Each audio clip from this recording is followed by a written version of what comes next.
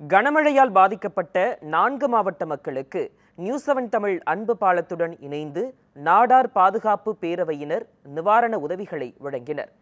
தொடர்ந்து பெய்த கனமழையால் நெல்லை, தூத்துக்குடி உள்ளிட்ட 4 மாவட்டங்கள் வெள்ளத்தால் பாதிக்கப்பட்டு பொதுமக்களின் இயல்பு வாழ்க்கை முடங்கி போனது.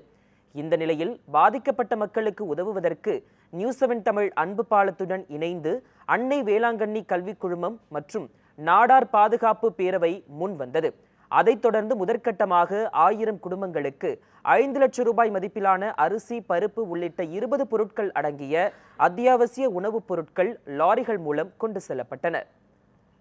இந்த ஒரு கடுமையான இந்த ஒரு சூழலில் நியூஸ் 7 அன்பு பாலம் மூலமாக எங்களுடைய தென் மாவட்டங்களுக்கு அவங்க எடுத்துகிட்டு இருக்க முயற்சி வந்து ரொம்ப ரொம்ப பாராட்டுறதுக்குரியது.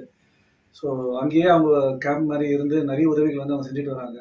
ஸோ எங்களோட இந்த உதவிகளை வந்து கொண்டு போய் இன்றைக்கி அந்த அன்பு பாலம் மூலமாக இன்றைக்கி எங்கள் தென் மாவட்ட சொந்தங்களுக்கு வந்து தூத்துக்குடி மாவட்டத்தில் சேர்க்கறதுக்காக நாங்கள் இந்த பொருட்கள்லாம் சேகரித்து கொடுத்துட்ருக்கோம். ஏற்கனவே நம்ம சென்னையில் நம்ம எவ்வளோ கடுமையான இந்த புயல் மழையில் வந்து நம்ம பாதிக்கப்பட்டோன்றது நம்ம எல்லாருக்குமே தெரியும்.